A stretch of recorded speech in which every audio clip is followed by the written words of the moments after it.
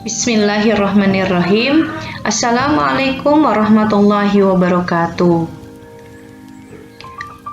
Alhamdulillahirabbil alamin. Hari ini kita bisa bertemu dalam pembelajaran secara daring untuk materi kelompok sosial bagian kedua.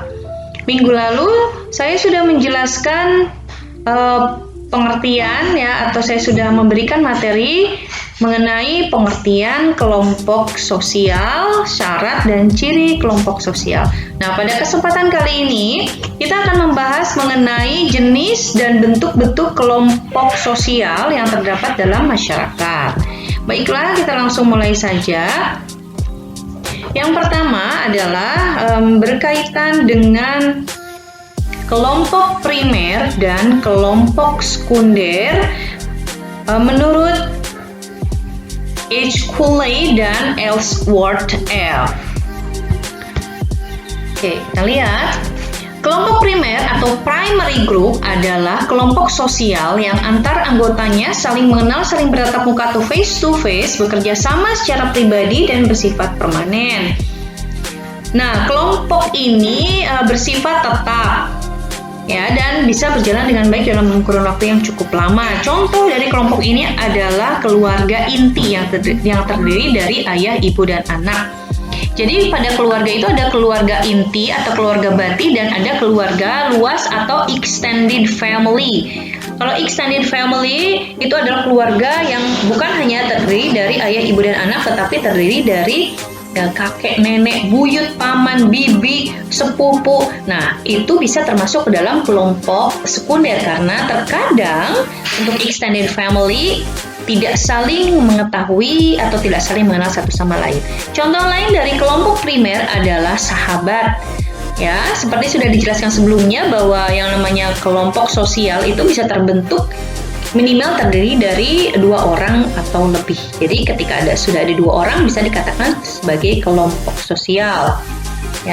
Contoh lain dari kelompok primer adalah sahabat karena sahabat terdiri dari 2 orang, anggotanya saling mengenal, saling bertatap muka dan bekerja sama secara pribadi. Berikutnya adalah kelompok sekunder. Kelompok sekunder bisa dikatakan sebagai kebalikan dari kelompok primer. Karena jumlah anggota kelompoknya banyak, tidak saling mengenal, bersifat formal atau bersifat resmi, dan tidak bersifat tetap, tidak tetap sifatnya. Nah, contoh dari kelompok sekunder ini adalah partai politik. Partai politik memiliki tujuan yang sama antar anggotanya, tetapi jumlah anggotanya banyak dan tidak saling mengenal satu sama lain. Bisa dikatakan partai politik A di Kota Banjar itu belum tentu mengenal anggota partai politik A juga di kota lain, misalnya di kota Tasikmalaya atau di kota Bandung. Belum tentu mereka saling mengenal satu sama lain karena jumlah anggotanya banyak. Berikutnya adalah ada Gemeinschaft dan ada Gesellschaft menurut Ferdinand Tönnies. Gemeinschaft adalah kelompok sosial yang anggotanya berhubungan secara erat, intim, eksklusif. Keanggotaannya hanya untuk orang-orang tertentu. Untuk Gemeinschaft itu ada Gemeinschaft by blood, Gemeinschaft by place, dan Gemeinschaft of mind. Sengaja saya tidak tuliskan di sini supaya nanti kalian bisa memperhatikan, menyimak, dan bisa mencatat bagian-bagian yang dianggap penting. Yang pertama adalah Gemeinschaft by blood. Sesuai dengan namanya blood itu darah. Berarti Gemeinschaft by blood adalah kelompok sosial yang keanggotaannya didasarkan pada adanya hubungan darah atau keluarga. Misalnya tadi keluarga inti dan keluarga luas, keluarga bati dan extended family itu bisa masuk ke dalam Gemeinschaft by blood. Kemudian yang kedua adalah Gemeinschaft by place, tempat. Jadi Gemeinschaft by place adalah kelompok sosial yang keanggotaannya didasarkan pada kedekatan tempat tinggal. Misalnya satu RT. Satu RT bisa dikatakan sebagai Gemeinschaft by place atau tetangga. Kenapa tetangga? Karena tetangga hubungannya erat. Sudah pasti kita mengenal tetangga samping rumah, kiri kanan, depan belakang, itu biasanya saling mengenal. Ya, berikutnya adalah Gemeinschaft of Mind. Gemeinschaft of Mind, mind berarti pemikiran.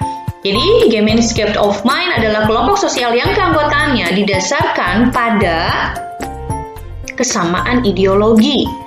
Tadi misalnya adalah partai politik. Partai politik masuk ke dalam Gemeinschaft of Mind karena memiliki tujuan yang sama atau memiliki ideologi yang sama. Ya, itu tadi ada Gemeinschaft. Ya, Gemeinschaft dibagi 3, by blood, by place, dan of mind.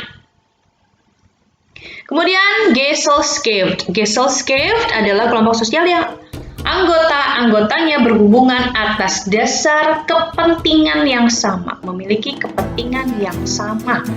Ya, misalnya Ikatan Guru se-Kota Banjar. Mereka memiliki kepentingan yang sama.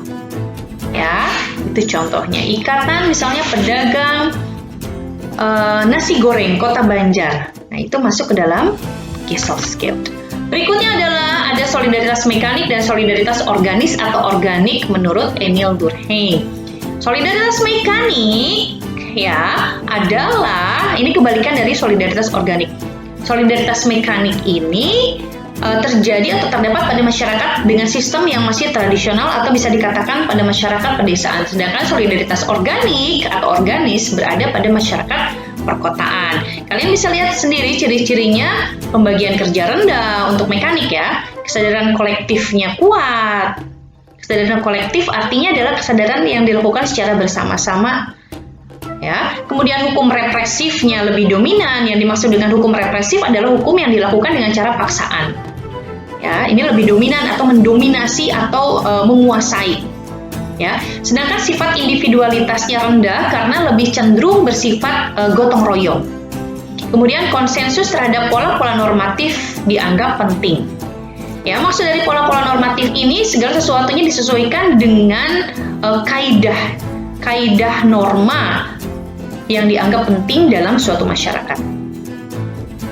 Kemudian keterlibatan komunitas dalam menghukum orang yang menyimpang, sehingga ketika ada orang yang melakukan penyimpangan sosial atau perilaku yang tidak sesuai dengan nilai dan norma, maka masyarakat akan bahu-membahu untuk memberikan hukuman terhadap individu tersebut, misalnya dengan cara diasingkan atau dikucilkan.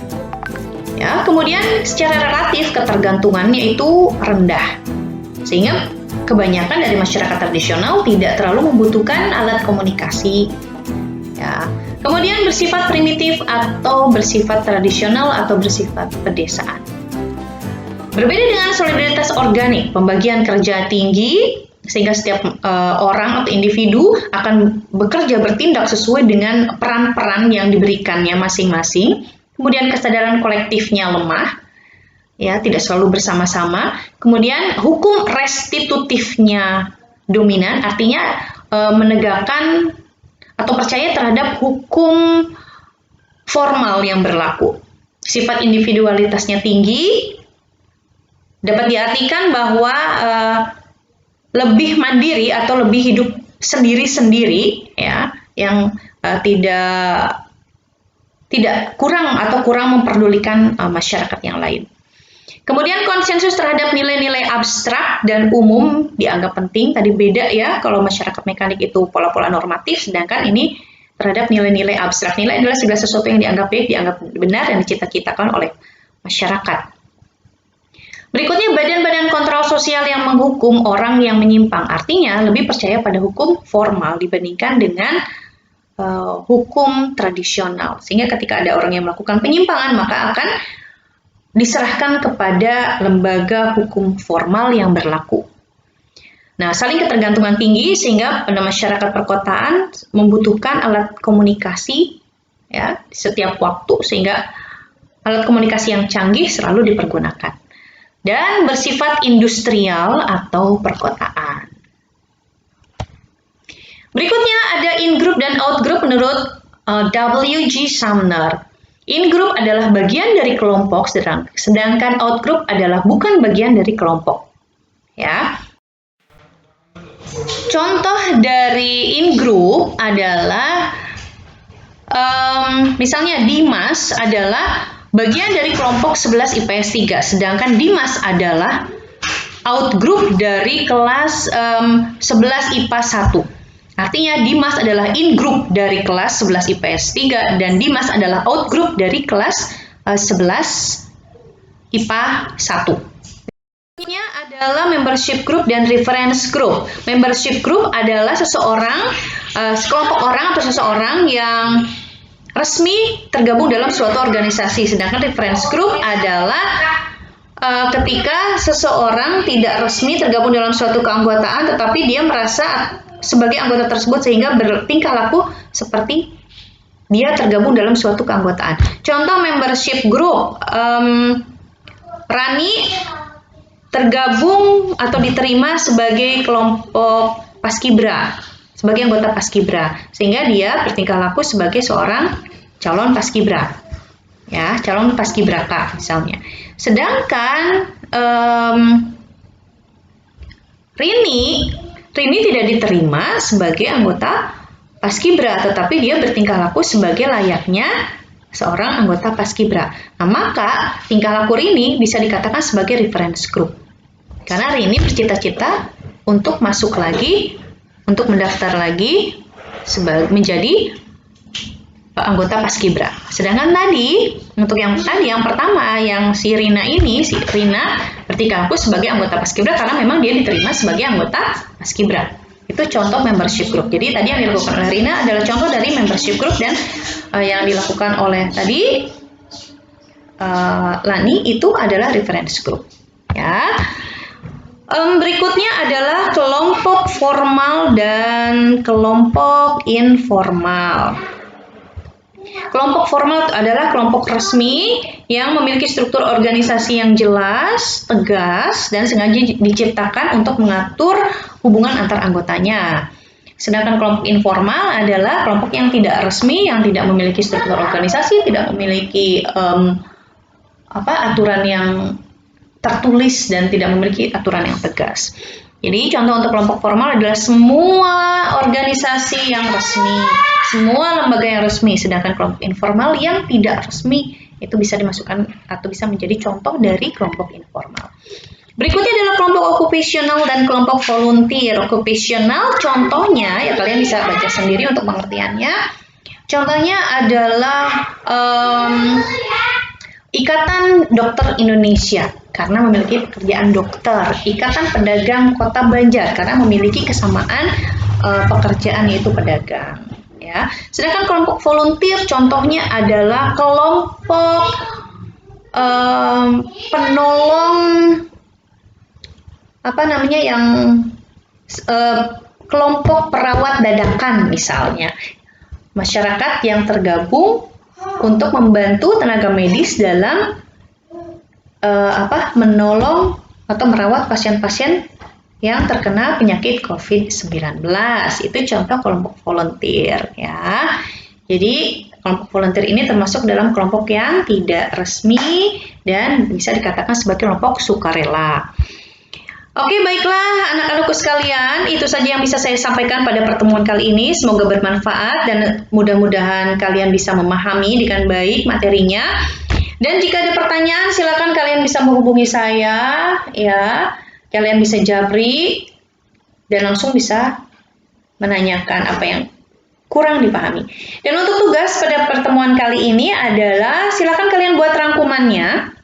Dan rangkuman kalian bisa kirim lewat form yang nanti akan saya siapkan berikutnya. Ya, untuk minggu depan saya akan memberikan materi berkaitan dengan partikularisme kelompok dan eksklusivisme kelompok. Sekian, terima kasih atas perhatiannya. Wassalamualaikum warahmatullahi wabarakatuh.